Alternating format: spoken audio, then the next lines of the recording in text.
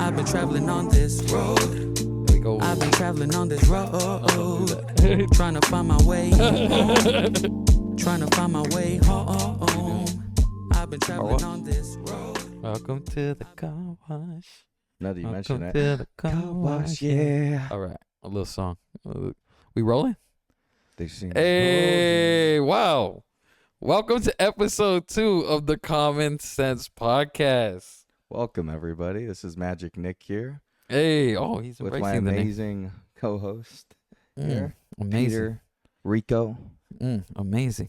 Wait, you're not Magic Nick yet until you break the one movie thing, right? Well, that's true, but That's we'll true. get into that a little later. Don't worry That's about true. it. Don't even worry about that. Absolutely. So, Peter, how are you doing? Bro, I'm doing very well.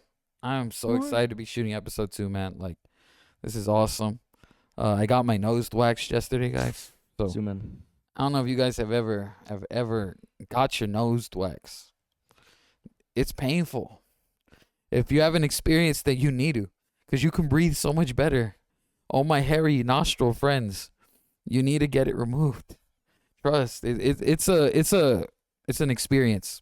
I went to I had to go into a salon, guys. Salon. Everything was so pink. I felt very I felt like I was celebrating Pride Month very well. It was an odd place to be. Even the women looked at me like, "You want what?" So I got the nose done, I got the eyebrows done. Shout out to my sister Mia.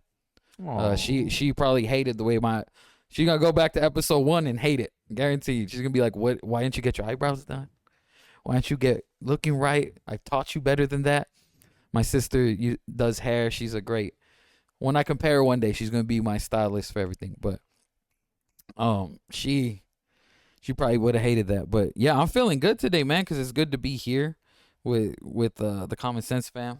It's good to be looking good. It's good to I have a song coming out, guys. Can't wait for that. You know, it's the name being Workshop, but shout out to my boy Tony. Tony. We got the track on the way that y'all about to hear about.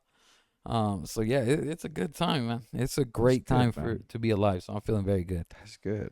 I'm glad to hear that. I'm looking forward to being able to hear your. It's an album, or you got a few singles, or Baptized Beats Volume 3 is on the way, and this is one of the singles that'll be there.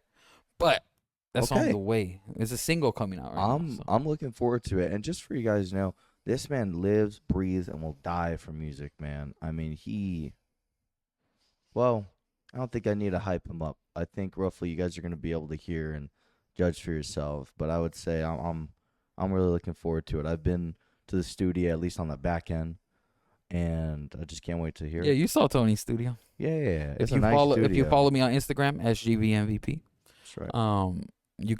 I post all the time when I'm up in the stew. So it's a great time. It's a very great time to be there. And oh man, yeah, it's cool that I get to show you that, and it's cool that I get to show all my followers that too. I'd love to show you guys the meticulous amount of work that goes into it. You know, and yeah, it's really a lifestyle thing. It's a vibe. I think one of the things I would absolutely love to do is us to get one of our staff, one of our crew members here, basically family, really here. Shout out to our amazing men behind the camera here, and we just do at least like a shoot of like what the entrance looks like, and then what that process, if possible. I think Adrian's been with me to Kava Culture for a couple open mics. Yeah, man, so, I forgot about that, guys. So Adrian's doing that work already. Adrian's already my traveling cameraman. And I gotta go there. I wanted to see you so bad, man. It's hard right after work. Check me out on Instagram now. No, I can check it out, but I want to check me out on YouTube. I want to see you live, man. Oh man, I can't wait to be able to see you live. I gotta find a way. We got a couple more open mics in the work. Yeah. There may be something on June 22nd, but I'll keep everybody posted on that. I think I might end up performing. Not right now. This man can sing. Y'all don't know it because he doesn't show it, but his mom knows it. Stop. His homie Eric knows it. He sang his first song at church last Sunday. Yeah. This man doing it. He's singing another song at church this Sunday, so come through. He doesn't even know yet. But I've just told him right now he's singing tomorrow.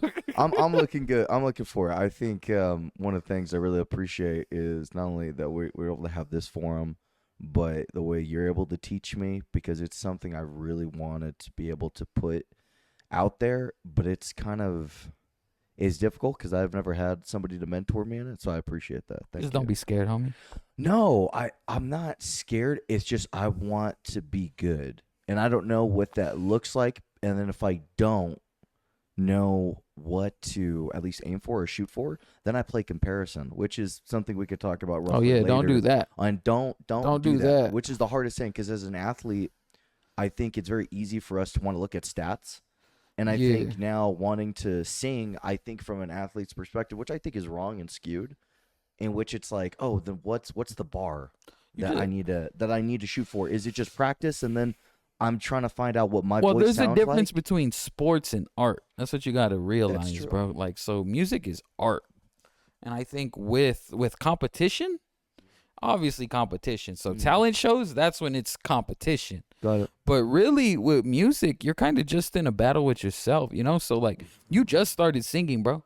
If you don't get on stage, there's no way for you to beat yourself or top yourself or say you were worse than yourself. If you don't, that's the whole thing with, like, anxiety. That's the whole thing with stage fright. I have a friend named DeVay right now who just did stand-up comedy at random. Adrian was there for it, and it was, like, shockingly good. I was like, why is he so funny? He's like, he's not even that funny in person. But when he's on stage, He's great. he is really good. So, like, he's a funny guy in person too. But if he never got on stage, he doesn't have that ability to know where he's at. So that's the difference with art and competition. I mean, art and sports. I think with sports, it's obviously there's always a somebody to beat. There's always a trophy to earn. Well, art, the trophy is like the fact that you get to sing nice. The trophy is like when you you're up there, and it's like it's not even for the applause. It's just having the time to sing and having the ability to do that. You know, thank you for that, because for me, this is why, like I say, I need somebody to be able to show me these things, because the mentality I've had for years has really just been competition, winning a trophy. What's a stat? What's the next goal? What's the next milestone? So this transition is going to be really great. So much so, actually, during my in my own time, whether it's work or outside, I've actually created a ADHD rap. Maybe a single that I'll encourage you with the singing. The rapping, we'll talk about different. You know what? We'll talk about that different day. We'll talk about the rapping. We'll talk about that a different day. Rapping does get more like a sport. I don't want to get into all that. I'd like you to look into that and help me with that. That's something I'd actually like. Maybe not right now, but one day will be dropped. I'm not going to say when. You guys can touch back today on June 15th. Who knows? Nick Medina mixtape coming? Question mark? I can't. Yeah, I maybe can't a year. Maybe a year. I'll stick with the singing, but yeah, it's something. It's a passion project of mine. Yeah. So. Okay. So yeah, that's how I'm doing today, I guess, with music. Next mixtape. Right now we're gonna take a chance to talk about our product of the day. You look at my brother's shirt over here. We have another clothing brand. On episode 1, we shout out to our homies Kind, who we shouted out. We're going to shout out our homies For the Creator. Josiah it's a Smith. brand by our friends Josiah and Kristen Smith. And it is a Christian brand. For the Creator. We just got done a few months ago with the conference in which all the creators in our church, we have a big church here in LA with about 1,000 people. And it was literally centered around those who create music. It was centered around those who create any type of art, those who act, those who write books, those who are content creators. It's all for the creator. So Christian content creators, this is a brand that is all for you. They have shirts. They have these incredible, not just hoodies, but also Lettermans. They have beanies. And I need to go cop that Letterman. That's really what I want. I kind of want to get that Letterman, and maybe we can let them know, like, oh, if you... how many years in the faith, how many scriptures you've read, then put maybe something on there. I don't know, just some ideas in order to, just add to that. But that Letterman looks really nice. Yeah, and so we're gonna leave a link for you guys to go cop that, to hop online for them. But yeah, shout out to For the Creator. So, what we want to get into right now. Last week, you may have saw in the middle here, there was a little book. I Yeah. say last week, but last episode, there was a little book sitting there, and you really couldn't see the cover. But Nick, can you share with them a little bit about that book, please? Absolutely. Well, the book is actually the Prideful Soul's Guide to Humility. This is the book that's actually deeply impacted my faith, and the authors are Thomas Jones and Michael Fontenot. And for me, I ended up getting this book because there were certain areas in my walk, in my faith, that I had to recognize where I was probably at fault. And this is something I think that people don't really talk about. It's actually pride. Mm. And I think the first incident of pride is when you realize you don't think you're prideful, because everybody has. It's the tricky thing. Because everybody has a form of pride one way or another, and you're blind to it, which sucks. It's like wearing sunglasses your entire life and then finally realizing when somebody tells you that the lens is different than the way you can see things. If that would make sense from a certain degree. That's crazy. But I remember a few brothers and sisters ended up mentioning it to me, and I was like, you know what? Okay, let me start reading it. And I actually have a few moments in the book that's actually really helped me ultimately. I think the one scripture that I'd really like us to look into, this is for everybody out here, if you guys want to turn to your Bibles, it's in Matthew 23, Oh, verse you 12. gonna preach? Go ahead. Yeah, it's for those who exalt themselves will be humbled, and those who humble themselves will be exalted. And I think the thing we need to recognize is that humility is not natural. It's not natural to bend the knee. It's really not natural to put yourself as second. It's not natural to be a servant. It's not natural for you to want to take a back seat towards everything. But in the nature of humility, it's making sure that God is in front in everything. That's one of the greatest lessons I've ever learned from this book. I'm still reading it. I'm almost done with it. But it's really helped me in every area of my walk with God. And I really encourage everybody who is a believer that wants to dive in deeper into their word and get close to our Lord to really look into this book. And one of the areas that I ended up wanting to jump into, which is why is humility needed? And that's actually in one of the earlier chapters. I have it right here on the bookmark. It's actually in, it's the end of the 24th page and the beginning of the 25th. And it talks about humility fits in with reality. I highlighted certain sections and I'm just going to dive on in. It says humility is so right because it squares with reality. Now, let's consider an even deeper meaning. There is a God and you are not him. That's extremely profound because the truth is we all want to become gods in our own way. We want to be able to recognize, hey, I want to be able to do this whenever I want. Hey, I have the ability to do everything. I have the ability to go and do this. I have the ability to push myself to this degree. But when things don't go our way, when things such as plans really become outside of our control, we can tend to get pretty bitter. We can tend to get pretty angry. We can tend to become very disheartened. We can tend to just become probably spiteful, hateful. We basically become children. Ooh. In that moment. We become children in our pride. We become children in our pride. You know, the crazy thing about pride is that, like, pride is actually, and there's a proverb that says, like, folly is on the heart of, like, children as well. So, like, pride is actually it's a young person's response. It's like hey, do you know about this? Yeah. When you really don't know what anything they're talking about. It's like when you'll say yes. Tony asked me something earlier and I was like, yes. And I didn't even know what he was asking me about. So, like, that's an example of, like, the folly that comes with pride. It's like you'll just give false answers for no reason. I think it's a sense of I want to put on an image and just admitting That's that pride. I don't know. I mean, for me, I tend to give a bit of grace, which is something we can talk about later. But if somebody doesn't know something, I'm not going to put it on them. I'm not going to be like, oh, he doesn't know. I'll be like, it's okay. Like, because for me, I have to learn a lot of patience with myself with the ADHD. I have to give myself grace. But at the same time, I can't be ignorant of my pride. There's no way I can do that. So it goes on even further in the 25th page where it talks about there's a God who knows all, understands all, and is in control of all, and you're not him. I am not him. He is God, and we are not. He is a great God, and you and I are small people, very small in comparison to So him. this book is really good for like control freaks, people who Yes. have like that need to control every detail. I think in every way, everybody is in effect a control freak. It's Yep, just I can agree with that. what way, because we all have preferences on how we want to handle things. Yep, I can agree. Whether with that. it's you have a child and you want to put the seatbelt a certain way, you as long as it gets done, or if you eat pizza, you want it done, you want it cut a certain way. Whatever. I have family members who, if you make a peanut butter jelly sandwich, Oh boy. Talk about it. they will lose their mind if you use the peanut butter and put it in the jelly. Yeah, you don't. And then do if that. you put the jelly and put in they'll lose their mind.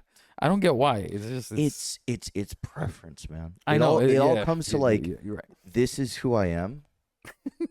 No, seriously, like this is who I am, and if you It's not try to that deep. alter it, It's just, to me, it's not that deep. But Some I guess people I have snap. that too. some I guess people I have stuff like snap, that man. Some people are OCD about it. I have certain tendencies that are OCD, and I can bring that into my walk, and I have to really guard myself and be mindful of like, what am I saying? So all that stuff is like rooted in pride a bit, like those preferences. The preferences aren't rooted in pride. What's rooted in pride is when you're not able to allow God to take center stage and you want to be center Ooh, stage. okay. And what I mean by that is this. There's nothing wrong with having a preference, but does that preference mean you have to snap at somebody and be ungodly because of that? Wow. Does that mean that you have to put somebody down because they're not willing to accommodate your preference? Wow. Or is it just recognizing, hey, I really need this because it helps me? And having a humility with every answer. And this book is really, and I'm not even kidding, man. Like, I would really recommend everybody to look into this book because it will really help you recognize where we're at when it comes to the snarky little comments we give. And I've done that. I've had my fault as a man of God when I'm flustered and I'm red hot. And what I mean to get there ultimately is when there's a lack of understanding. I can get pretty upset. And I'm not saying I'm going to scream or yell at anybody, but I could become in a mental state, which I have to really watch myself Right. in seeing, okay, I'm a bit upset right now. I'm really not in a good position spiritually to say something to somebody because that could just tilter me. And I really need to ask God to really help check me in that moment. And the way that I do that is asking God to please humble me. And it's not that his hand's going to come down on me, but it's a constant reminder of, God, I need you. My strength is limited. You are God. I'm small. It's basically like when you have a big brother, except God isn't big brother. He's top G. Ooh. He's the man in the beyond just the man in the sky. He's the one who controls everything. And it's looking to him, and it's ultimately recognizing, hey, I'm not God. I'm his son. I'll always be a child to him no matter how old I am. And that's a very humbling thing in itself, is that I think when we're confronted with people who are like greater than us, it's very easy for us to be in a situation where we're trying to like measure up or like trying to It's be true. prideful. I think So one true. of the biggest points Christianity tries to teach Mhm. people, at least just me being a Christian and what it's taught me, has been humility is like necessary for life. Absolutely. In Proverbs 3:34, it says, talking about God, he mocks proud mockers, but shows favor to the humble and oppressed. So when you're in a state of weakness, God will show you favor. God will lift you up.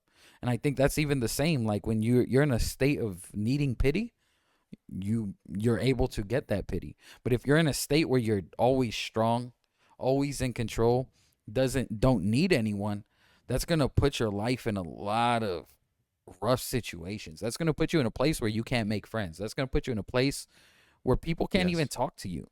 It's And true. so I think the biggest thing I would love to get from this conversation we're having is that there's a middle ground in that. Like being weak is actually necessary for a good life. Being able to be humble is going to help you be stronger than you've ever been. Because a truly strong person can admit their weakness.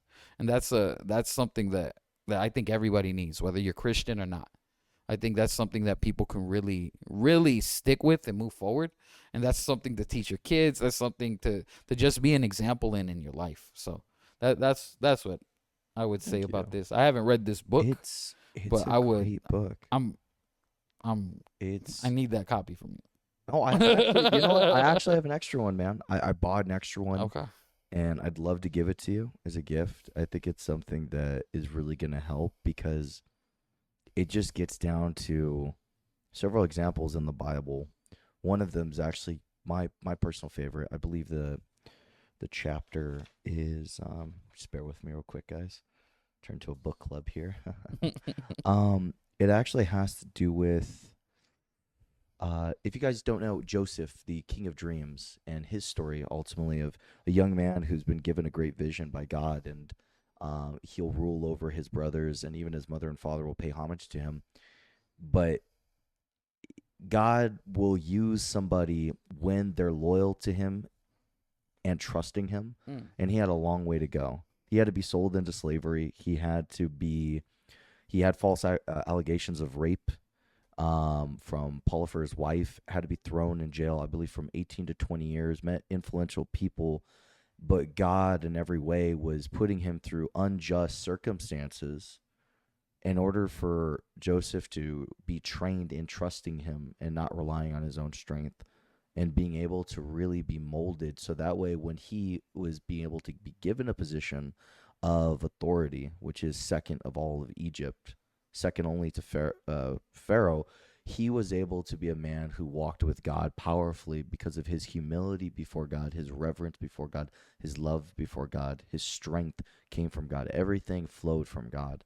And I think in order for God to really use men of this age, it requires a certain breakdown. But God won't force you. God wants a willingness. Well, I think the biggest thing is that in Joseph's example of slavery is there's a saying that says pride comes before the fall. Yes. But humility is right before the come up. So like right before you're going to be put in that position to level up, to elevate, that's where the humility is going to be tested. That's where you reaching out your hand saying, hey, I need that opportunity, where somebody can then have the opportunity to extend their hand to help you. It's true. Humility is right before the come up. Absolutely. Right when you're at your lowest point, God's about That's to hard lift because you that's up. when you want to give up. Yep. That's when you want to give up. And that's when the greatness is coming every time. It's really hard to admit it because I don't like to ever say I've ever given up, but I've, and I thank all God have. for my mom, bro. I thank God for my mom. When quick little side note, just real quick for like a minute here, guys.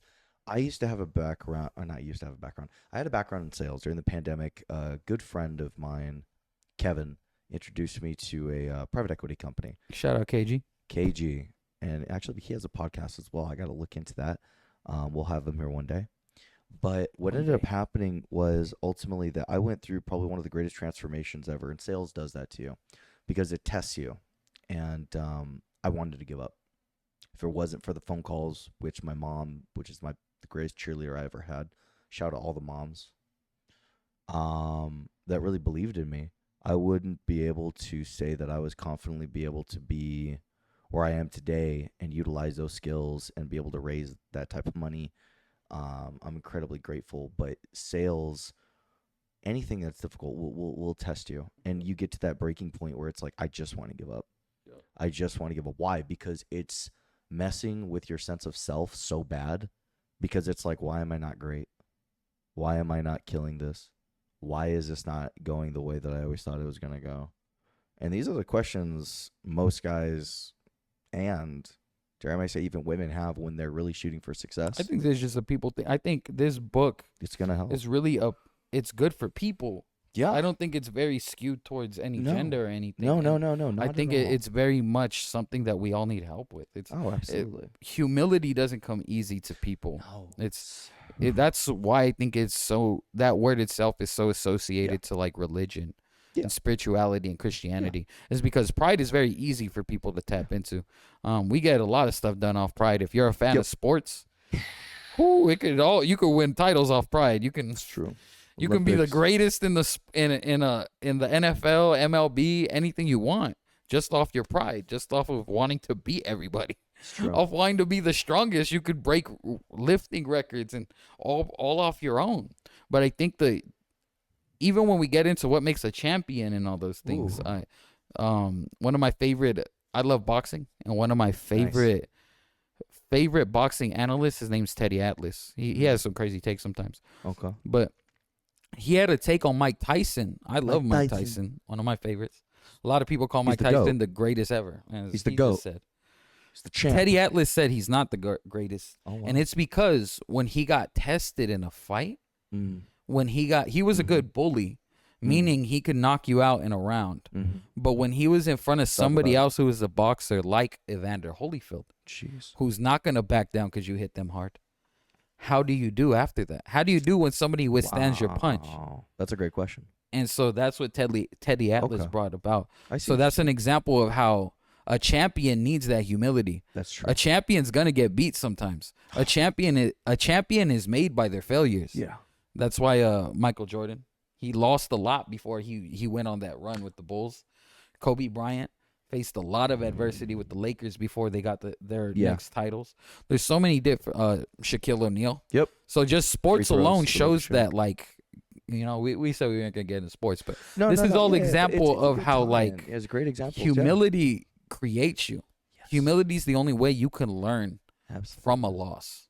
Humility is the only way you can be built into something greater. Absolutely. So that book, I can't wait to read that book. It's a great book. The chapter is actually chapter 8, and it's called God working in humbling us. Sorry, I'm struggling with this right here. There's so many practicals, and I like practicals. I need practicals on this. So thank you for providing those examples on that. And hopefully maybe one day we'll have the champ himself. Oh, Mike Tyson? That'd be beautiful. Man, I would love to shake that man's hand. One day. That's the champ, man. Clock it. That's Record it. That's the Mike champ. Tyson Love you, on Mike. Common Sense We podcast. love you, man. Oh, day. man. I heard Mike. Yeah. One day. Dude, that we can go on and on about this book, Absolutely. but thank you for really bringing Nick. Really inspired this book to be one of our segments, you know. And I just think we really want, on the Common Sense podcast, we want to bring things that are gonna help you get to a place where you can have middle ground in your own thoughts. Absolutely. And maybe you have a prideful soul. Maybe you're somebody who tries to posture a lot and tries to be the coolest guy in the room. I think this book can be something that'll help you advance and level up in your life. So, The Prideful Soul's Guide to Humility. Yeah. Get it right now on Amazon today. Yeah, please do. Plug for And Amazon. I think this is a segment that I think we're going to continue as we're continuously reading and growing in our faith. There's actually another book. I won't mention what it is right now, given how we'll shoot on that. And I want to be able to finish reading this and then jump into that book. But a little teaser, a little spoiler on this. And it has to do with giving yourself a bit of grace. And I think at times, for those that really beat themselves down, it's very difficult to do that when you've made mistakes, when you really look at yourself in the mirror and you're just like, man, I just feel like a failure because of what I've done, what I haven't done, the what ifs, instead of focusing on the what is. And this next book, I think I would really like to dive in deep into is something that's actually going to help me out in a certain area of my life. And I've told you guys, this is something in which I want you guys to see where my walk is, where I am, who I am. Did you say next book? The next book? What book? The Guilty Soul's Guide to Grace. Oh, cool. Okay, I can't wait. Yeah, I wanted to know. Yeah, that's well, yeah, I wanted to leave. We're writing episode 3 still, so we Yes. don't have any plans for episode 3, but I'm not against that. Yeah.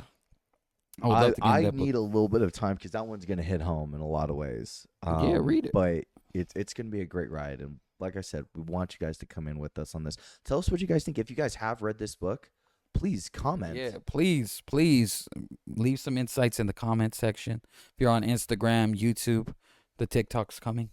If you're on any of the platforms and follow us, please share some insights to this book that can help the community we have going here, can help us. Yes. We would love, give us some more insight to some books we could read on pride. Please. But that was the Prideful Soul's Guide to Humility. Thank you, Nick. So right now we're gonna move on to a topic, a segment I like to call "Where is the Love?" So if you've heard the Black Eyed Peas song, you probably love it. That's one of my favorite songs ever made. Where is the love? Love that song. Fergie actually sang down on that. She did very good. But this topic is called Where is the Love? And this is going to be centered around a lot of topics you'll hear on other podcasts as far as dating, as far as the gender wars going on in 2024, as far as the differences between men and women.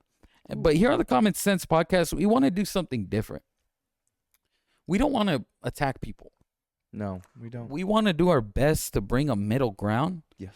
So that I think through what I've studied, just going into what we're about to talk about, I've seen that I have a lot to learn about women just from the fact that they're so different from me.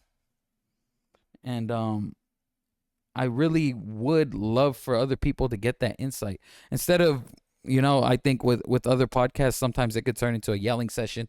That's true. It could turn into kind of a hateful thing. Yeah. It could turn into something misogynistic. Yeah. Something We don't want that. misandrist. Yep. It can turn into something that is very, very hateful. And on the Common Sense podcast, as I've said before, we're a podcast of love. And that's what we want to foster. All so love. for this segment today, Where's the Love? We're going to be covering the topic that is men and women are different for the better. Men and women are different for the better. So to begin, when I was reading this, there's a lot of generalizations I could make that you guys might agree with. But I decided to get a book called Men Are From Mars and Women Are From Venus by the author John Gray. And in that book, I was reading so much about communication and just how even in a simple word, like the way a man would take the words of encouragement, like you did good, as opposed to the way a woman would take the words of encouragement of you did good. It's so crazy because we just have different mind states.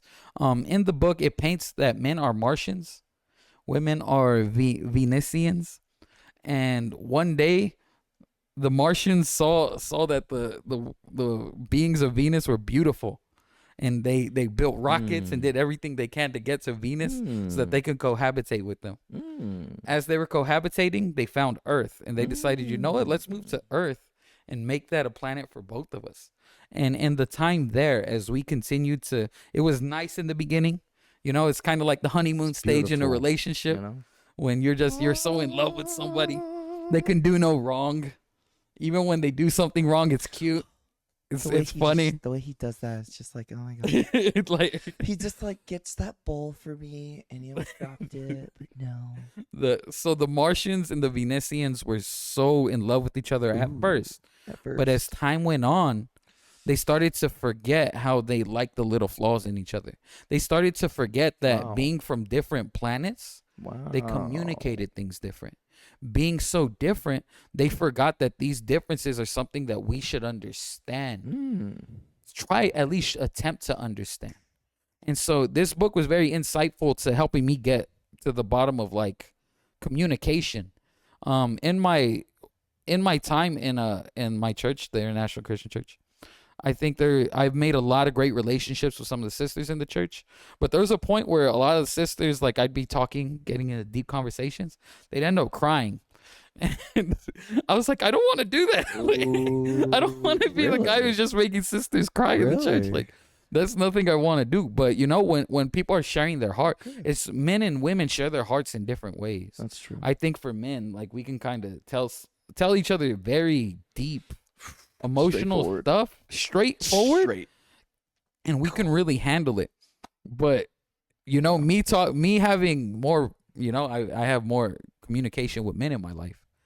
Going into relationships with my friends who are, these what's that word? No, non-romantic relationships. Oh, platonic? Yeah, going Yeah, into these platonic. platonic relationships that I had with these female friends of mine, I'm talking to them straightforward, Oh boy. but they don't know how to take that. They're not used to like the bluntness of these words. So it's like when they finally get to a point where they could be straightforward about their flaws, they start breaking down and crying. But it's because women communicate much differently. Like I think most guys, they get frustrated when they hear women telling stories. But it's because what we don't understand is that women, they have way better memories than us. That's true. So Every detail, man. all the details of how the flowers smelled and everything wraps up into the point they're trying to make. Whenever my mom was yelling at me and my brother, my mom was a single mother, and one of the challenges she always had was that we never let her finish talking. Oh boy. And me and my brother, I kind of get it now that at this age, I'm 30 now, and she raised me my whole life. I think for me and my brother, it was so hard to communicate with my mom because we're two men communicating with each other, but then my mom's trying to teach us how to be men. She's trying to give us life lessons as our mother, but she has to give us fatherly lessons as well. So it wouldn't always register when she'd have to explain to us her emotions and her feelings and need just 10 minutes to give us the backstory before we get to the point. That was something that I could not. I couldn't understand that at all. But in reading Men Are From Mars, Women Are From Venus, I see how unloving I was by just shutting her down. And how now that's going to make, for my mother, that made her yell a lot. Yeah. Because she doesn't feel heard. She doesn't feel validated. She doesn't feel acknowledged. Now when I try to say I understand you, she thinks I'm just trying to shut her up. And to my shame, you know, being humble here, I was just trying to get her to stop talking, you know, and that's something that men really we have to see. Once we get to that point where we're just trying to shut women up, women are perceptive and they can already see it. They already know you're just trying to get them to like be happy now. You're basically trying to change the subject. So now that's where the never ending battle comes in. Where it's like, you don't listen to me. I listened to every word you said. No, you didn't. And that's where we can't come to that middle ground to really meet each other and show that love to one another. Because now somebody doesn't feel heard. It's true. Because now, but the man's like, I remember every word, every sentence you said for the last 30 minutes. But that's not the point. The point is that she felt like you were just trying to shut her up. It's true, and I think it comes down to the fact that women are, and this is a general statement, I think everybody can agree with it. Women are more emotional in nature, and men are more logical. Yes. And I think ultimately it's the way you come across when you have that conversation with a woman, whether it's platonic or it's romantic, and you know you have to set that stage to be like, hey, let me just throw a random name out there. I'll say Kelsey, or something like, hey Kelsey, I really appreciate when you tell me about X, Y, and Z. One of the things I really want to understand is, are you trying to convey this, or are you really trying to say this? Because at times, I take it only one way, and I could be short and brief, but I know this is important to you. So can you explain that to me one more time? It's the little things in that I think women are going to be like, oh, wow, he actually cares. And it's not that we're unable to do that. It's just that it's not natural for us as men to do that. Because for us, it's just like, Pete, take your feet off the couch. Bam. Doggo, why are you falling asleep? Leave the doggo alone. Yeah, exactly. Leave him alone. But it's very simple for us as men to just want to get A to B. We're not trying to go to A1, A2, A3, A4, A5. Maybe travel to E real quick and then go back to B. Yeah. For somebody with ADHD, I think it's easy for me to do that, and it's actually something of learning to just be like, hey, A, B, that's it. Because then it's like, oh, there's no story, there's no entertainment, there's no umph behind it. It's just very much straightforward. Something that was revealed to me in reading this book is that being raised by my mom, I have a lot more understanding of the need to understand more than A to B. So I can, because my mom spent so much time trying to describe that to me, and I never. My dad was never really around. I have a better relationship now with my dad, thank God. That's good. But in my childhood, I never really got too many. I never got too much male rearing and no diddy, in the way that it was to help me understand how to communicate with men, you know, that A to B. So I understand when women are ranting, and when emotional people, even emotional men, are ranting, the way Nick said it, people with ADHD, they may need to explain the fuller story for you. Yes. You may need to, this is something even in our relationship that I think I've learned, is you need to explain like a lot more detail to it. Because I feel understood, because the feeling of being understood, that's where the love is right there. When someone thinks you understand them, it's pivotal. It's extremely pivotal, because then it's like, I love you enough to want to hear you. And the thing is, for us, it's growing as not only being as providers as men financially, but it's also providing that emotional space in the relationship, which is something I think that most women really crave. And it's cultivated by just having these conversations and also admitting when we're at fault. Besides, you know, the usual stuff, such as when we order one piece of fry and she wants it. Besides all jokes aside. I don't know, ladies. You got to be straight up. You just got to be No, like, it's I want fine. something It's to okay. eat. No. You got to take Okay. the food when it's offered, please. No. Don't do that. But Well, yeah, we can ladies, jump into that also tangent, humbly, but- please, when we have to ask you, women. ladies, when we have to ask you, there's a car outside. Yeah, that was. Zoom. It wasn't anything. Our neighborhood's pretty loud. We have people with whips just outside. Yeah, don't give away our location. Don't give away our Editing. Oh, that's good. Yeah, Every time. put the bleep. Put the bleep in. We're in. With that was funny. Thank you. With Yeah. ladies, with us Yeah. being so simple, being so logical, please be humble to us having to say, hey. A humble man is gonna say, hey, can you explain that to me again? You've been speaking for 10 minutes. I do not understand what we're talking about anymore. Please help me understand. I want to understand. Men really do need you to just reiterate exactly what you mean really quick, so that they can give you the space to speak. Yeah. And I think that's humbly what I would ask of our women. But let's move forward. So men and women are different for the better. How is it for the better? Well, let's put it this way. I think that women are more beautiful creatures than men. So obviously I say this as a heterosexual man, right? But I even think most women think women are more attractive.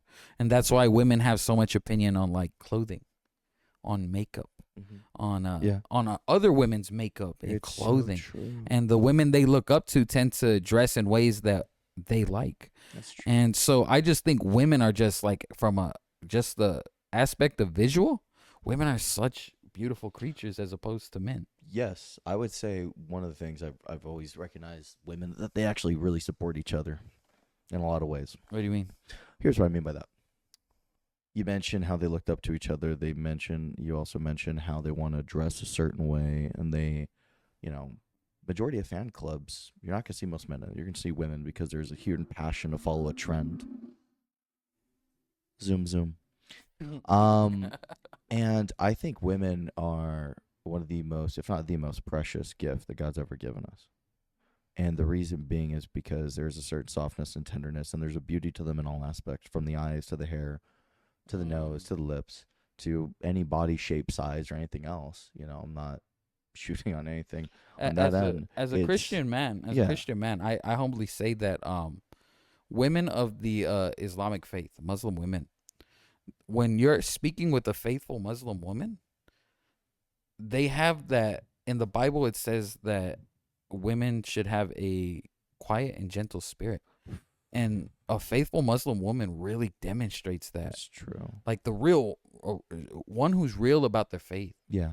When I was a young Christian on Citrus College, I was going around sharing my faith, and there was this girl named Summer. And she was big into her faith. So I was asking her to teach me about the Quran. She was asking me to teach her about the Bible. And it was literally like amazing. Whether I found her attractive or not, I'm not going to say that on the podcast. No. But I understand. It's just the fact that she was so humble. She was trying to convert me into being a Muslim. Of course. I was trying to convert her to being a Christian. Of course. But she was so humble in her approach that it caused me to want to be humble. It caused me to want to be careful to hear her out. Absolutely. And that's something that I think spiritual women in general, not just Muslim women, but when you run into a truly spiritual woman who has that gentle spirit, it does something for me as a man. It does something to me where it's like I need to be very protective about what I'm saying to her, about how I'm responding to her. Yes. I need to be quicker to listen like it puts me in the state where I want to hear what she has to say. And I think you said something about your nana, that she has the ability, like if she were to say something, that there's men in the neighborhood who would go to war for her.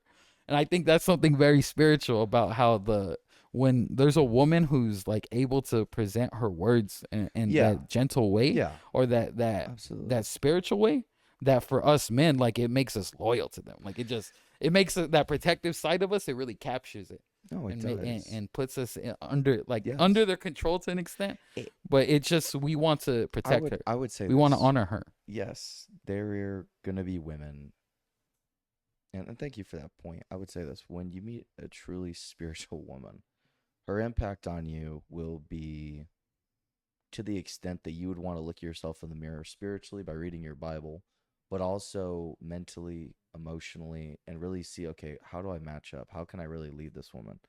How can I really do I match up? Where do I really need to grow in? Because you see a certain humility, as graceful and loving as a dove, and you just love her for that aspect. And it doesn't matter what she looks like, essentially, because for us men, we may be visual creatures, but we really do, in a lot of ways, fall for a very tender and loving voice. And it can come off as That's a fact. it That's can a come fact. off as a motherly voice to some degree, but then it changes ultimately because the first woman that you come in contact with is your mother. But Right. the voice of that mom then turns into something from platonic and natural then to a bit more romantic. And, for me, as a Christian man, ultimately, the attraction aspect comes down to, is she faithful before my God? Can she call me higher? How can I lead such a woman with reverence and love and respect and And adornment? that's a big thing. That's where the men and women are different, right? So the roles in the Bible call the women to be submissive and be quiet. But I think where the men get called higher in that is that you have to be a man who women are willing to submit to. That's true. I agree. You- 1000%. You have to be the type of man Yes, who, when these women are submissive, you have to be humble enough to take care of them that's true. and not take advantage of it. That's true. Talk You have about to be humble enough to know that these women are they're seeing you as a protector now. That's right. So now you have to lead them with that understanding that if you're being impure, Don't be stupid. if you're being unrighteous, if Yep. you're being stupid, Don't be stupid. if you're being vicious, Yeah, you can't. if you're do that. being cruel, you're damaging all these women who are like hinging their well-being on you. They're And they're- allowing you to be yeah. their protector. Yeah. And that's where we Oh, it where we gets me work angry. symbiotically now. Is that and that's gonna move us to our next topic. Yeah. But a woman calls a man higher. A It spiritual does. woman, a good woman calls us higher. Absolutely. And that's what we were gonna get into actually. It was so men and women are different for the better. And it's that difference is really fueled by the power of a good woman for a man. It is. Like the power of a good woman. I just want to take you guys back, to the Please. first time you fell in love. Ooh. I want to take you guys back to that first time you guys had a relationship where you're like, wow, like this person actually likes me. Where all those insecurities where it's like, oh no, you think you're ugly. You think your voice sounds weird. You think you have too much acne. Mm. But then some brave soul decides, whether it Brave, be a yes. man or a woman, whether Yeah. it be your first boyfriend, first girlfriend, Yeah. your husband, your wife, some brave soul decides, you know what? I like them. I wanna love date this. him. I really like Accept this. I like this person. Not love, but I like them. I'll let them walk me to class. I'll let them sit down next to me at lunch. I'm gonna sit with them in 6th period. Mm. Oh yeah, I'm gonna walk home with them. Mm. All those things taking you back. And when a man feels that for the first time, it grows us up like so much. Real quick. It grows us up so much.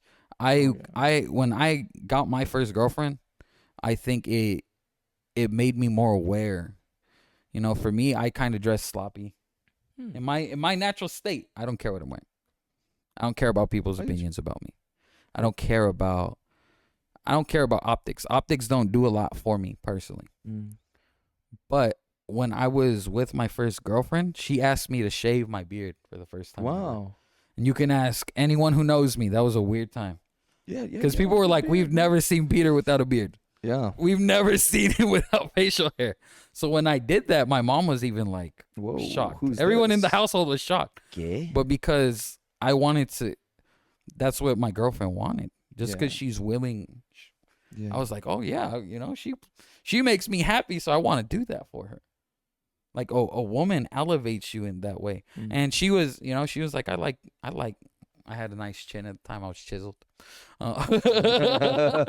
But Back in the gym, y'all. this now hides a double chin. So Nah, Shout out to the I don't guys think out you there. got a double chin. I Oh, don't but think the beard my does a good man here job. has been working hard, The man. beard does a good Working job. hard in the gym. I gotta catch Guys, on get a up. beard. If you have a beard, gotta- just take care of it. I'm just That's why Nick has starting- a beard now. Nick likes Well, my beard. I'm trying Now to. you know what's up. I'm See trying what it to does? because I got some But not patches, to get off topic, but yeah, going back. when you're in love for the first time, when you have that good woman who wants to be with you, I think it pushes you to be better. And that's something that I think all men need. Like in this age where a lot of men are lonely, a lot of men spend all their time online, a lot of men spend their time not speaking to women. I think that men really need to feel that power of a good woman, you know. But guys, you're not gonna get a good woman if you're not a good man. So you have to elevate yourself. You know, you have to learn how to speak to women. All these things that we've covered here, you know, it's just so that we can come to a common sense and understand, like, hey, they may be different from us, but now they can elevate me. You're saying like a good woman can elevate me? I hope that encourages our audience that are out there hoping to one day be married to a good woman. Absolutely. I hope that encourages them to move towards that. Yes. Thank you. Man, that was really, really great. I'm gonna have to read that book. Yeah, you touched upon earlier, and this is where I want to start, and then take us on a little journey here, where you mentioned how you had the Martians looking at the Venetians, and they're both in their own separate worlds. Why would you want to go over there? So they saw something that was pleasing to the eye. It reminds me of scripture, I think, in Genesis, where God looked at the earth within 7 days, and after each day he said, so it was good, and he was well pleased. So us looking at women ultimately, and not from a lustful standpoint, but to say, oh, I don't want to be alone. I want to be with a woman. I want to be able to be married. I want that companionship, you know, to be able to seek that out. And I think ultimately it just comes down to recognizing that you become elevated in the pursuit. And it's in the pursuit where The pursuit sharpens you. The pursuit sharpens you because at the end of the day, that's for men or women. The Yes. courting stage. I think the biggest thing with women in the pursuit. I love how that book draws out that the Martians like build ships and stuff. yeah, It's just where our they- natural role. Like we get stuff we'll done. use our creativity. Yeah, exactly. We were going over it the For other day. the The creators. reason like shopping malls are so nice and like air conditioning and food and water evereverywhere Thank is you, we want conditioner. all our people like the men who Built put to that move. up. Yeah. The men and women who Yeah. were painting that up. They're like, we want the families to be comfy in there. Yeah. We want the women to be able to walk around and feel good. We want the men to be Yeah. able to walk around and get the food they want. Like we build it all for each other.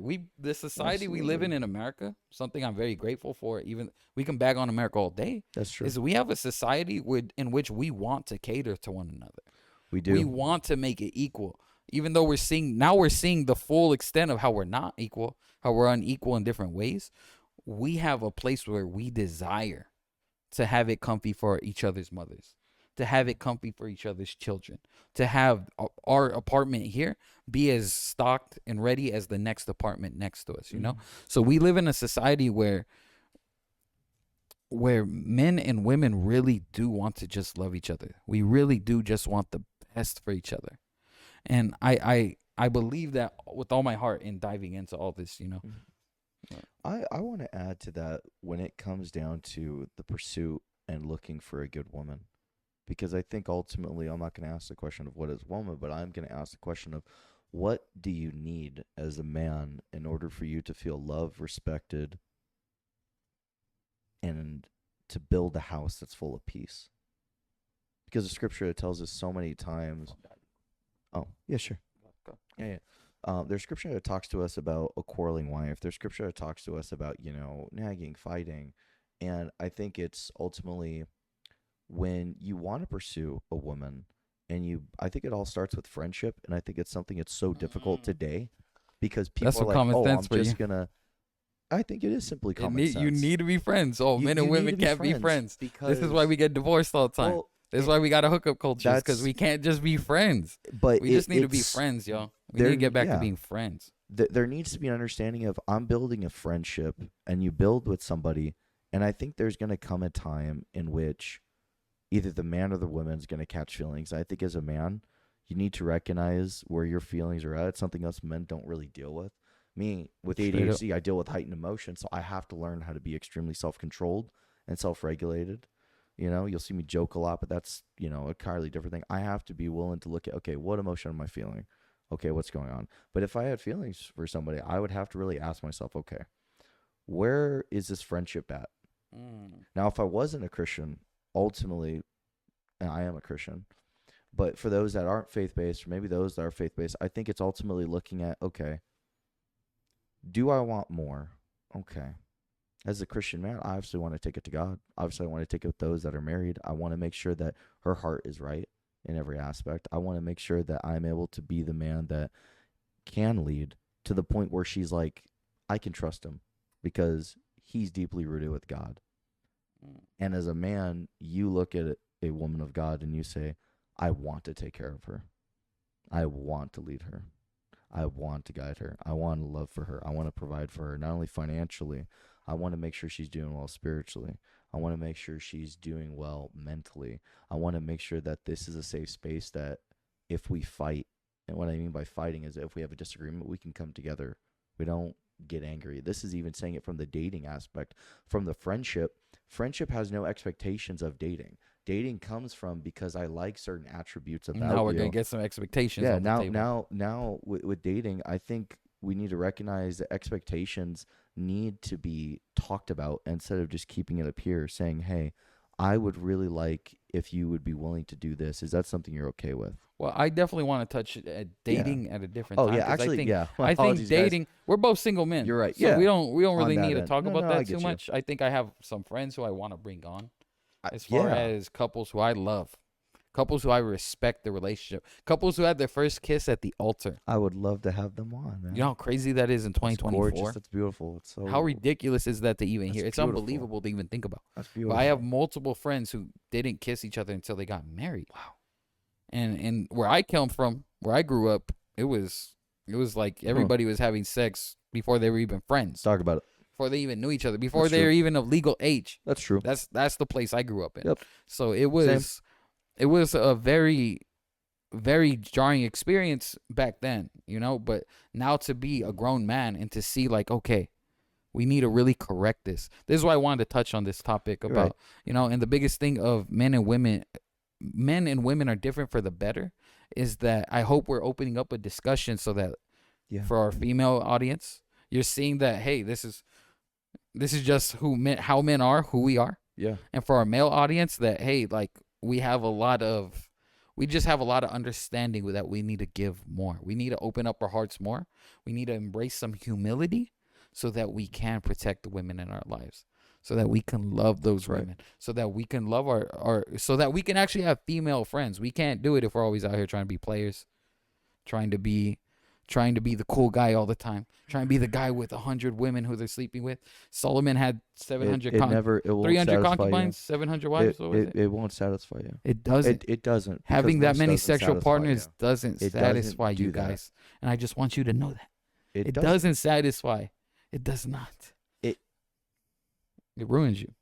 Well, it does, because the fact that you have that many connections with that many women sexually, and what ends up happening, that's a connection that is so deep. It's so deep because people think, oh, it's meaningless sex. It's not meaningless sex because you're acting in an area in which you're bonding. I think the reason why people fall apart, I think the reason why people fall apart ultimately is coming down to love languages, time, quality time, and understanding. When you have sex with somebody, everybody have the term make love, whatever people like to use. Ultimately, I'm trying to keep it PG here for the sake of the podcast. Within respect, you're forming a bond with somebody. If there is no attraction outside of just the physical, you're only going to look at them as an object, and you will objectify them. If you have a friendship, I don't even want to go on from that. Yeah, guys, looking at it in that end, that's the common sense of looking at it. That is a deep thing. If we only look at women lustfully, we only see them as objects. So I know that's a buzzword. Women always talk about objectification. But guys, it's because our minds constantly, that's the default for us. It's to see objects, see things to conquer. It's to see things become competitions. Women cannot be that. And that's something where we need to come together. Women, that's why we're so lustful. Is because the thing you might love in your man about him being like strong, him being really dedicated, that comes with his certain way of thinking, That's true. in which you may not like it all, but that's where we need to come to that middle ground and understand that we're different.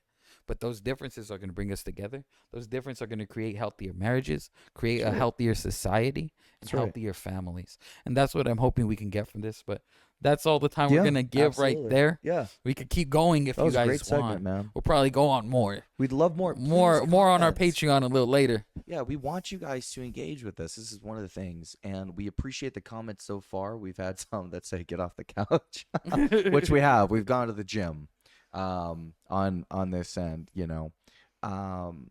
We want you guys more and more involved. So please come, comment, like, subscribe, share this. Let's have a discussion to the point in which we're able to take your guys' live calls one of these days. But for now, we're Live gonna stay calls? on the We're couch. going to do it talk show style? That'd be tight. I would absolutely love to do that. This is That'd be Caller crazy. 105. This is Nick here with Peter Rico at the Common Sense Podcast. We bring your radio back. Bring it back. So Oh yeah, I do voices, guys.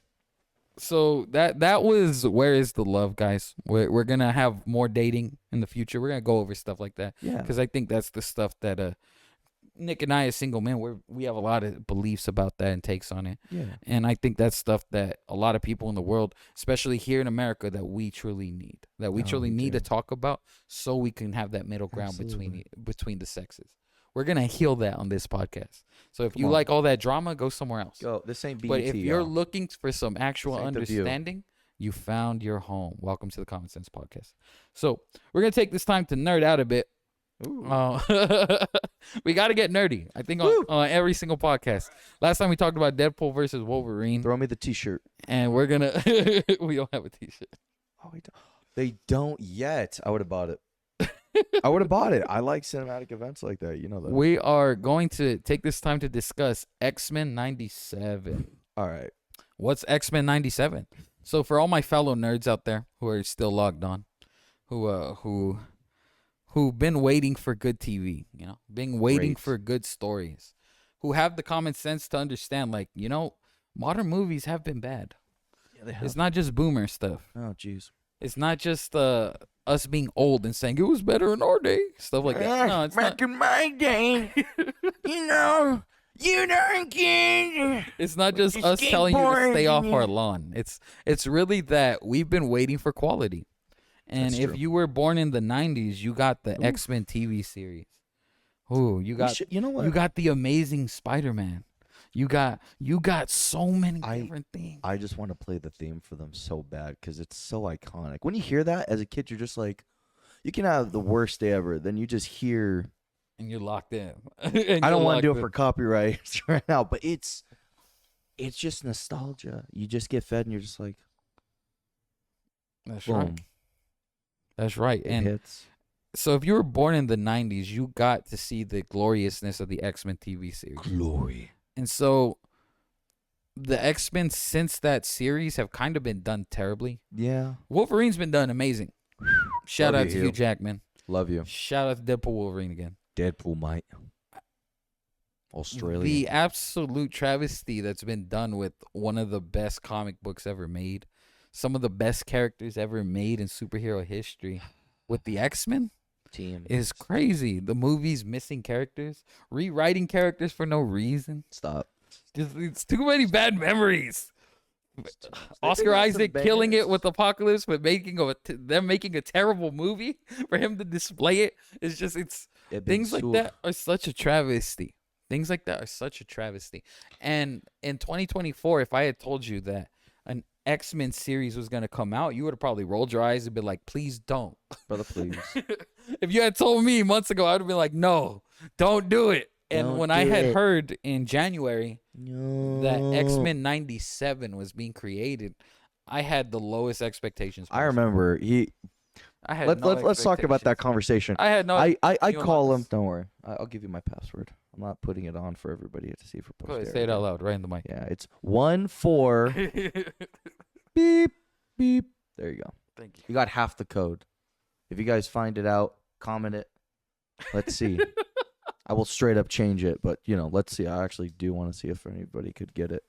But I remember the conversation I had. You're like, man, I just don't have any expectation. I'm like, Peter, please, nope, no expectation. I don't want to hear it. I'm like, bro, please, nope, Nick, I will watch it, but no. And I'm like, okay. First episode comes out, and I'm just like, oh, it's so good. The visual, which I know you're not The big on. sound. The action. You're wrong. I'm big on the visual. Okay, when it comes to that, yes. When it comes to that type of animation, yeah, you believe I'm into the visual. Yes. You almost destroyed. Shout out to Erica. Thank you, Erica. We love you so much for that. Nick almost destroyed it though. I actually asked her after playing chess with her. We'll get back to that one, but if she could make this, and she did. And thank you, teaspoons. They're really great, even though they're a little Don't pay attention to expensive. that. That's a little. That's a little little clue. later. Yeah. But you have Magneto taking over. Spoilers. that was crazy. Yeah, we're gonna spoil everything. Spoilers. If you haven't seen it at this point, log off and go watch it. Yep. Please Then do. come back and we'll be talking about it. Trust me, you will want to come back once you see it. Yes. But Magneto taking over That's smart. was such a cool heel turn. Smart. I was like, Babyface. what? Babyface. Yeah, like it True was babyface. so cool. I was like, is this accurate? X-Men. My ex, all that, man.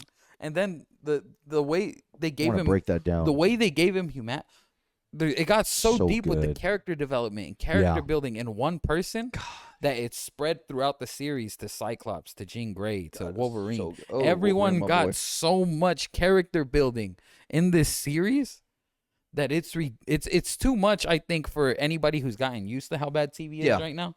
If you're It's too used to how bad writing is and character development is now, then this show would probably tire you out by how good it is. It's great. By the emotional attachment you get from the first episode. Oh, It's absolutely insane. Powerful. And I have to recommend it to you. I Real wanna touch on quick, it. I'm really mad at YouTube reviewers. Why? Because I love people like Nerdrotic. I love people like the Critical Drinker. Oh. I have a lot of reviewers who boy. I watch.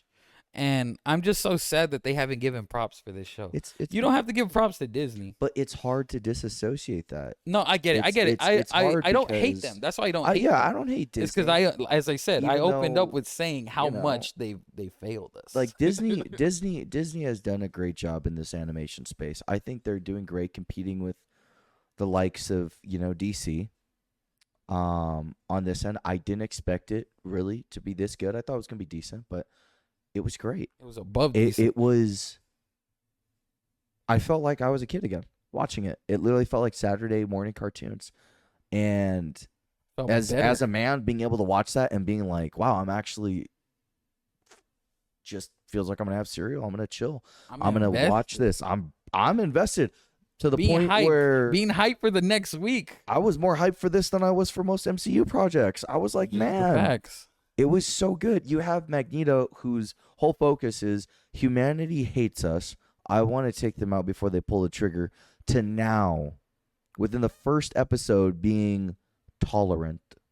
The will of Charles The Xavier. will and the love of his friend. Going to the Shi'ar Empire, leaving him his wealth, leaving him his students, leaving him his legacy, and saying, even though we've disagreed, we've almost killed each other. Charles Xavier, my children, to hear him. My children, I'm gonna give you. He was the humility. Touching back on the humble preface, got humility. The humility of that man, of Charles Xavier, the love he has, and the trust that he has with Magnus, to then give him what he holds most precious. And Magnus looked at that and was like, "Okay, I'm willing to walk your path. I'm willing to try it." That's the thing I loved about Magneto is that he is so well put. It's so well put. So that's why with the YouTube reviewers, man, I just wish that the ones who have been like garnering a lot of like the trolls online to hate, because I'm not a troll. Yeah. But I love What the is a troll? communities. Just a troll for the normies, the normies who don't go on comment sections, who don't understand the lingo of being online. Trolls are people who are actively just trying to hate. They're actively doing anything to as dumb as they need to be, as off subject as they need to be, as comedically Also racist. As racist as they need to be, misogynistic as they need to Talk be. about it. Anything they could do to simply get you mad. To react. Just to react. They just want a reaction for you to laugh yeah, at it's you. the snicker. That is all they want. That's messed up. They literally don't care about what you dialogue, how well thought out it is, how smart They just want it is. you to react. It's one of the reasons most people don't comment online. Is because why some people don't like comment sections is because some people's comment sections are filled with trolls. Jeez. Who just want to they just want to get reactions. They just want to say something dumb. And I feel like there's a lot of good YouTubers who actually know cinema. Actually know good. They actually have great taste in movies. Yes. And they've had fair judgment up until the point where X-Men 97 has been a triumph. I thought we could all rejoice for a second. I think we need a minute for them to look into it. Yeah. Because I think they've had time, but it's so out of left field that it's this good. It's so out of left field that it's such a shock that it's this good. It's such a shock. That good. And I think it's a huge surprise for them to see Disney and their animation pull off something this great. Because then it begs the question, okay, for those that are hardcore MCU fans, if this is the animation, what was the problem with the success of various projects? No, I'm serious. And I'm not shooting on executives, but it really asks that question. It's like, is it the actors themselves? I don't think so. Well, is it the writing? Is it the visualization? Is it these big budgets? It really makes us question, like, okay, that's an animation, and they knocked out of the park. You know, is it the showrunner? What makes a successful project revive an amazing series like X-Men? Can you do that with maybe Spider-Man 98, where you continue that and we hear from our friendly neighborhood? We already know. We know how Disney does it. Once they get one thing being good, they do it over and over. The toys are coming out, folks. If not, they're already X-Men out. toys? Yeah. No, for 97, and then you're gonna have hopefully the comics. Getting off, I love you, Nerdrotic. I love you, Critical Drinker. Shout out to Tony Baker. He's one of the people who did do a review of this. Come on, Tony. Thank you. He is shouting out what the people think. He's like 5 out of 5. He does for the people. He does his people power. He does the smooth jazz rating, and he gave it a 5 out of 5 saxophones because it's that incredible of a series. It's 5 out of 5. Shout out to Cosmonaut Quickie. He's actually one of the Cosmonaut. Yes, he's one of the hardest people to get a good review out of, and he automatically said that X-Men. Since I got him. Yeah, he's an old school reviewer. Yeah, but he came out and just made a 7 quick. When it's a fast video from Cosmonaut, it's good. Yeah, because all he's gonna say is it's good, and you need to watch it. And here's the reason why. His feelings from it. And he just tells you why it's good. So shout out to the Cosmonaut as well. The Cosmonaut Variety Hour. He was so objective, and he is one of the hardest people to get a good review from on YouTube. So shout out to him for sucking it up, because I know he hates everything that's happened with Disney. He just hates superhero movies that suck in general. He wants them to be good. He wants excellence. We want to be able to see a medium transfer from reading the comics, mentally looking at that, from then playing with our toys, mentally looking at that, to then seeing it transfer, whether it's live action or more importantly, the animation medium that we're so used to, and saying, that's my hero. I just think there's no excuse. There's no excuse for animation to suck. Animation is I agree. Is in an era. We're in an era with like 3D where we're at whole new heights of animation that the old forms. Shout out Pixar. Shout out Toy Story. Shout out all the geniuses. Snow White. Thank you, Walt Disney, for producing that. Shout out all the geniuses who have worked hard to push the medium of animation to where it's at now. So beautiful. Because something that X-Men 97 demonstrated, in my least favorite episode 4 with Jubilee, it was my least favorite episode. Mordo. Yeah. But the visuals in that episode are epic. The purple with everything, with the little black dot, and how she uses like a Destructo Disc type. It's probably animation-wise, it's one of the most pleasing episodes that they have. So that's the amazing thing that I saw from that. Yeah, please. We're good. He has the power. But the power. I just think animation is at a point where you can do it amazing, and X-Men 97 proves it. You can do it peak. You can do it where it's the best thing. I want them to do other forms of animation for various projects like Star Wars. The Clone Wars visualization was gorgeous. I think they should give us the Yeah, I fight agree. between Anakin and Obi-Wan. Well, we saw Blue Eye Samurai yesterday. Blue Eye- It's kind of doing that animation. Viewer there. discretion advised when it comes to that series because A lot of nudity and stuff. I'm gonna be honest. After seeing the teaser, I think I might stop. I'll probably Yeah. stop watching it. Yeah, I'm probably done. But I have to say, for the time in which there wasn't any, man, I've never seen. And I love man, you know I love samurais. Yeah. I love the Japanese culture in that regard. I got to get more into it. But to be able to see that type of animation of the sword fighting and the sword playing, it was gorgeous. Yeah. I was really thrown back. Animation should be done high level. I would love personally to If see you have $1 million how can we- budgets, you should be able to do it incredibly. and then the what- voice acting aspect to come even with it. It's just these it's shows, gorgeous. I think we're now in an era Gorgeous. after all the garbage that's been put out. We're I think now in an animation's gonna be a era great medium. where the I think animation is gonna going to take lead front, the way instead for of America, traditional cinema. for American Yes. American entertainment. Animation is going to. I can't wait to see that because I think it's only been seen from every adult has seen it as, oh, it's just a child's medium. Sure. Because it started with Disney introducing Snow White, Right. and then from there it's grown. Then you had Toy Story. But don't And we then- all love all those stories? Like, yes. even but, if we but- don't but the watch them the way our perception- children do, No, don't we no, all no, love no. them? We do, but the perception is the medium is still childlike.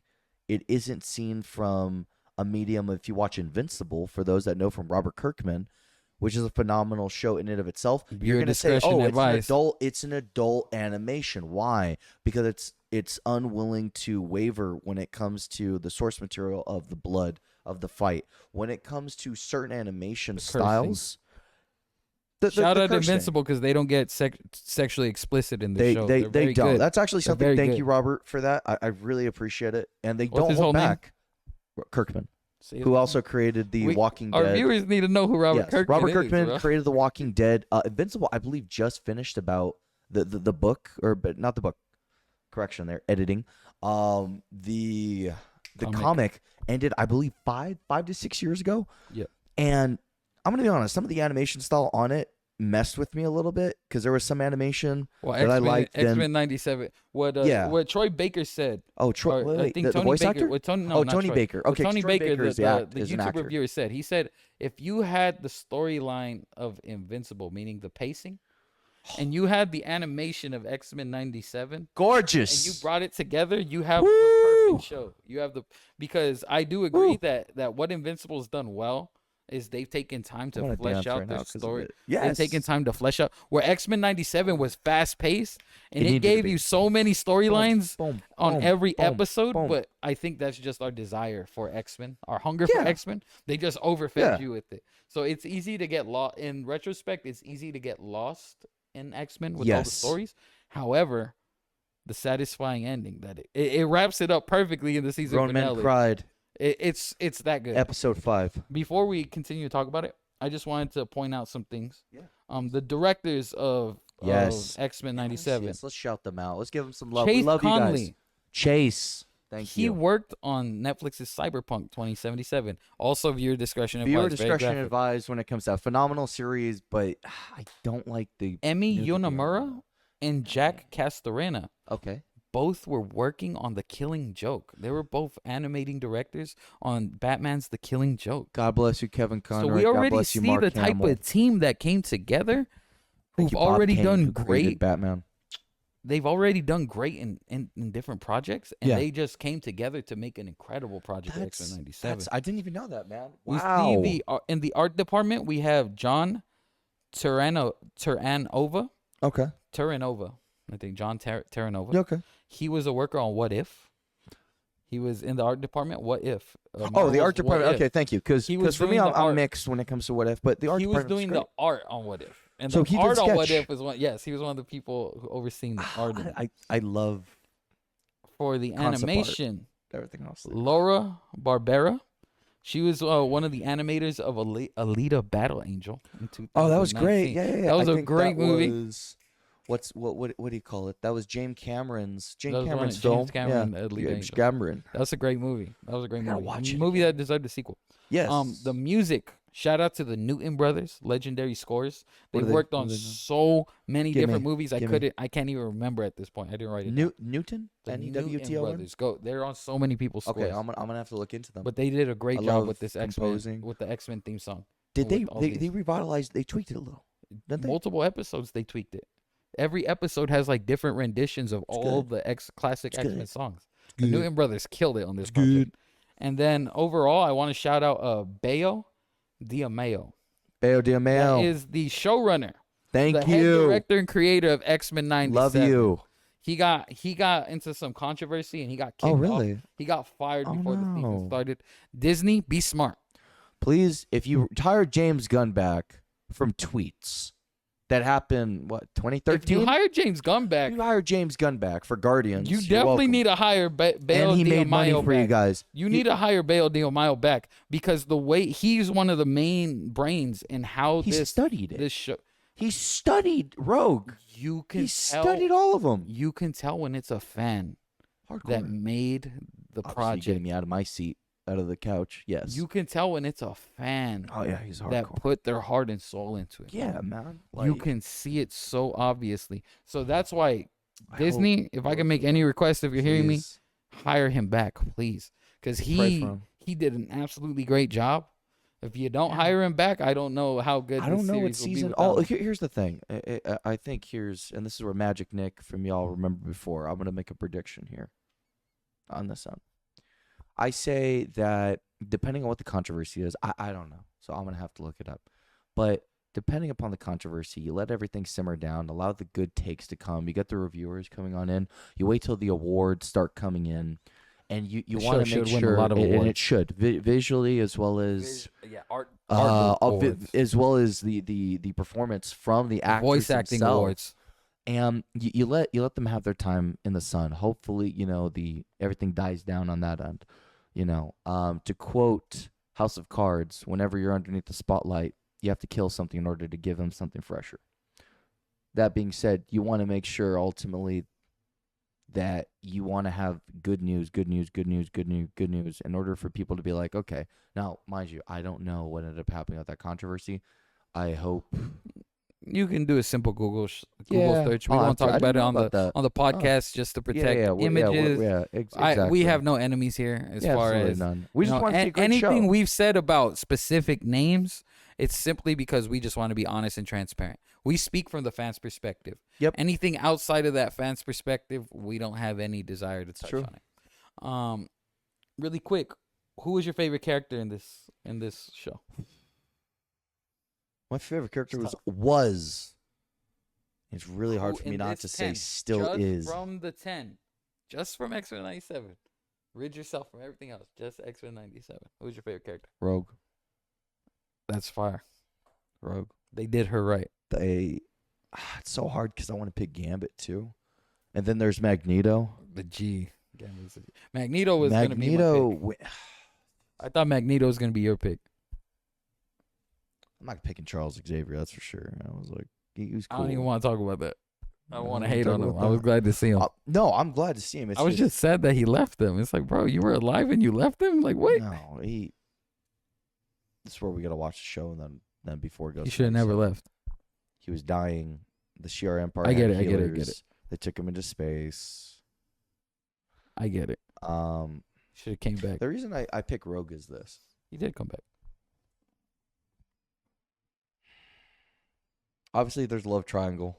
And that was a good love triangle. That, and I'm gonna be honest. That's an example of the how you do a song love triangle. Was so spot With her Magneto on. dancing? I was like, With her Magneto dancing? yeah. That I was song? like, Yeah, that was a good song. oh my gosh, the way he just pushes off the woman is just like, get out of my way. I was just like, That was a love triangle done properly. God, that hurt to Amazing. watch Gambit. That hurt me watching my boy. And also respect for Medina, but at the same time with Rogue, it's just so good. The character of Rogue is such a tragic tale. Yeah. What's up, podcast pup? Huh? Huh, boy? Come here. Zion. Come here. Okay, so you pick Uncle. Rogue. For me, it's Storm. I love Storm to death, but I understood why they had to sideline her. But she got her powers back. No, So yeah, they didn't sideline her completely. When No, they no, no, no, sidelined no. her, I almost lost I all remember faith you, in the you were show. about to break a TV. I almost lost all faith in the show. But You're about to break a it's TV. only when that happened. because You're like, I have the "Why?" belief that Storm is the best female superhero in Marvel, Okay, hands I down. respect I don't it. even think respect it's a comparison. I I think respect it. she's the true She's a goddess. In she's the true comics. powerhouse as far as female in Marvel. She's one of the. She can destroy worlds on her own. She is incredible, and even the way she speaks in the show, Very royal. Very the way they loving. painted her leadership. When Magneto Very- said, "Storm, you are the closest thing we will ever see to a goddess." It's true. When Magneto said that, I was like, "They're giving." But he her said it this way: her due. Storm, you're the closest thing we have to a goddess. And it's just that's who she is. So that's why I think they Absolutely. gave her due. They gave her a good story arc. The episodes that focused on her and Yeah, Forge were Forge. great. I gotta do more research into Forge, but yes, I look at yeah, that's how good this show is. There's more to look into. I was like, oh, I know of Forge, but So what was his mutant ability again? He can think. He can. he can like build futuristic. He built the machine that gave her back her powers, and not only gave her back her powers, made her stronger, It's true, and amplified the. amplified everything she had. So Storm is my pick for my favorite character. What was your favorite episode? I already know. I think it's episode 5. Remember it.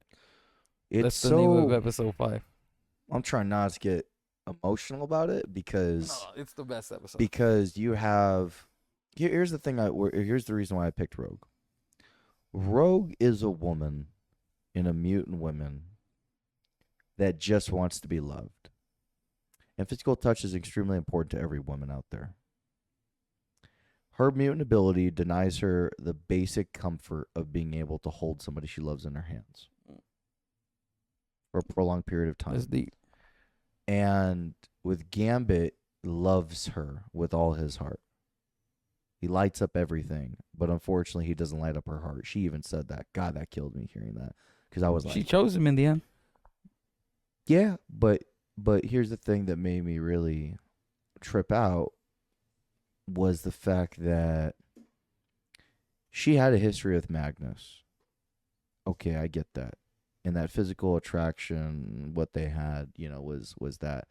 But it wasn't something that really satisfied her because, the physical attraction that she had, that very strong love for Gambit. But it was the whole aspect of I can't touch you. I can't really be with you to the degree in which our love is very strong. That makes sense. And that hurts hearing that. God, It that does, hurt. but it makes sense.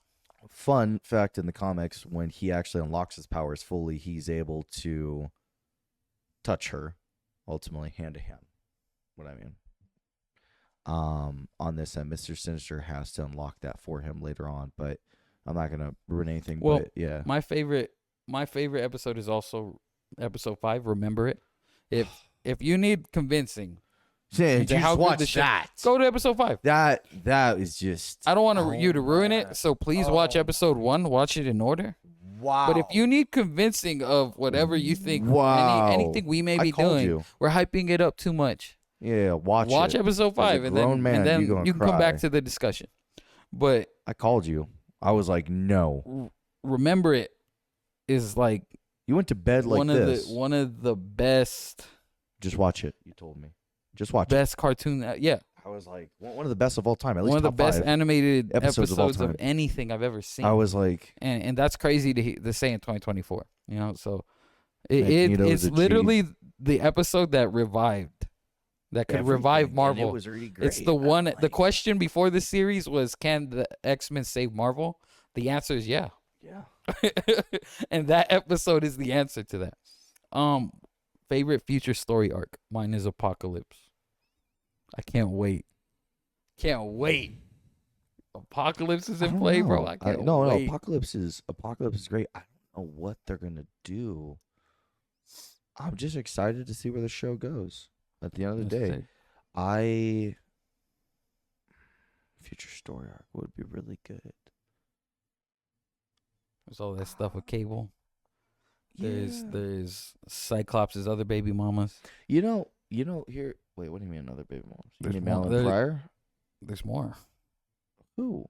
Cyclops, Emma Frost. Oh. There's She's not really more. a baby mama. I mean, she's Yes, they have a kids. side girl.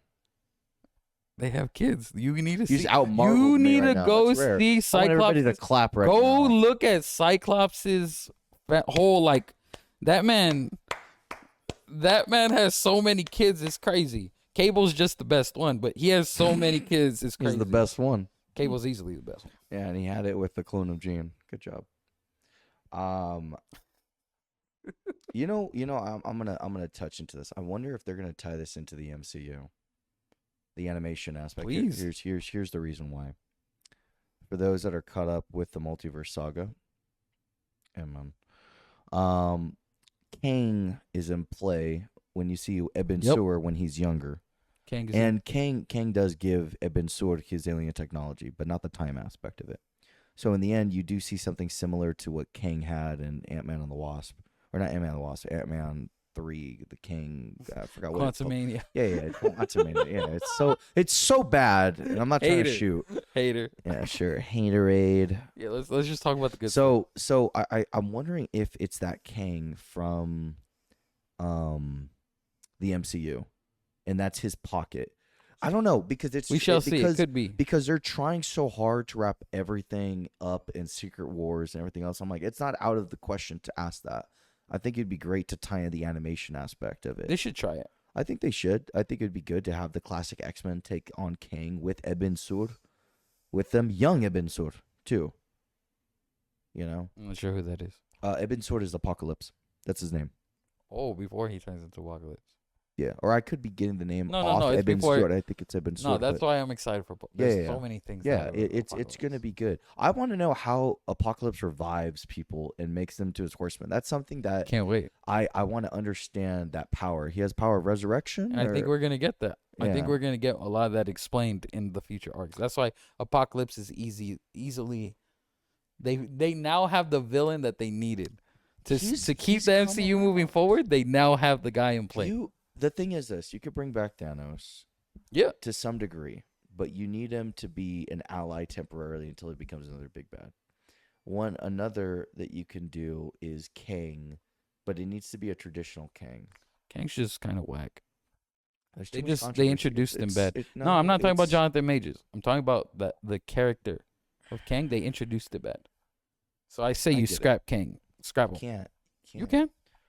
The only way to do that is now that X-Men's here, you can scrap a lot of people. You can't do that without affecting the general multiverse as a whole.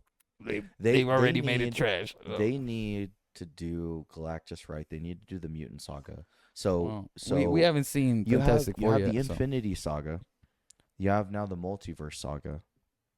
You are now going to be getting the Mutant Saga coming up. Right. Which is going to introduce Sinister, I believe. It's going to introduce the Brotherhood of Mutants. Whether they come from the multiverse or they get after the reboot of Deadpool and Wolverine. Well, we'll see, because that leads directly into Secret Wars. It does. And I'm excited to see what they do there. I'm excited to see the X-Men come in. I'm excited to see Deadpool, and they allow him to be Deadpool, not PG-13, with Fred Savage Deadpool. Yeah, you know what I mean. And I'm excited to see Hugh Jackman come back. Thank you, Hugh. Thank you, Hugh. Thank you, Hugh. Thank you, Hugh. Thank you. We're glad to have you back. It's good to see you. We're so glad to have you back. Great Okay, on that note, we're going to wrap up the love for X-Men 97. Really quick, we're bringing the show to an end right now for episode 2. But we want to have a little ending segment here called By the People, for the People. Woo. And this is where Nick and I respond to the things that we've been seeing on social media.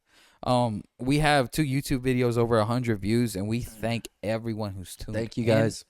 We now have over 50 followers on Instagram. Awesome. Thank you, all 50 people who are there. We now have over 20 subscribers on YouTube. Thank you, everyone who's been a part of this. Thank you all. And so there's been comments. There's been different things, as Nick brought up. Somebody earlier told us we're getting off the couch at this point. We're still on the couches right now. We're still on the couches right now. For now. But we want to give a shout out to everyone who voted on the poll on Instagram, whether Nick should keep the name Magic Nick. So in episode 1, I said he has to get something right in Deadpool versus Wolverine. Here's the thing. It is right. It's already right. I am not wrong. Just say it. Google it. But Google it. if you Google it, Nick's right. 100%. Sandra Nova. Cassandra Nova is already in the movie, and this is why I don't watch trailers. He watches trailers. I get why. I like. I your like to find out. I like your philosophy of wanting to be surprised, and that's something that kind of kills me. It's the reason I have to watch it first. Like, you know this. Like, people. We're on two ends of the spectrum. I don't watch trailers. He watches all the trailers. As well as those outside of my church know that, like, I need to be the first one. Why? Because I hate getting spoiled. Nothing irritates me more. And we have a roommate that does that, and it just drives me up a wall. We keep your names. Sorry. We keep your names so out sorry, of it. y'all. I'm sorry. I know they. We got somebody with headphones on, bro. Watch out. I'm sorry, bro. I'm just like, I'm sorry. It drives me up a wall. So when there's a video game that I really need to play, I'll play it all the way to finish it quickly, and it sucks because it ruins the slow burn experience unless it's GTA 6, which is gonna take longer. Ain't no slow burn there. Yes, ain't no slow burn at all. If you do, shame on you. Shame on you. No shame. But yes, you're gonna for all the people who voted on the poll for the name Magic Nick, shout out to my homie Kyle. He was like, Kyle did? no. Kyle was like, no. Kyle and me Don't were on the do same it. page. I was like, no, man, I don't want Magic Nick. No. However, everyone else who voted said Magic Nick is the name for Say it Nick. with me, folks. Magic. Or Magic I would say Nick. this. I would offer an alternative. Maybe Mr. Expressions. But if it works, but I don't think it works that well. This man's going to keep fighting for nicknames. But I am. One's I gonna only stick. take this time to say Magic Nick is 100% Nick, just based off of the way he can guess these things with the Marvel universe, just There's a based few off other the things, the but the yes. the reaction from the people. The people accept the name, so all your Magic Nick and Magic Mike memes are accepted at this point. So Magic Nick, welcome. Thank you. That's your nickname. And with that, we would just want to say thank you for tuning in to the Thank you, Common guys. Sense Podcast. Thank you for joining us in this time. We do hope that you continue to join us. Follow us on Instagram. Follow us on YouTube. Or subscribe to us on YouTube. And we will see you in the next episode. Thank you so much. Thank you, guys. Love you guys. Till Woo! next time. Clap it up, guys. Woo! Yeah, that's right. Clap it up. That's right. Clap it up for yourself. Good Expect job. to see more impressions come out. Good we job. got some pretty big ones coming out, guys. I hope you guys are able to enjoy. Thank you guys again. This is so much fun. Mic drop. Just kidding. Can anybody hear me?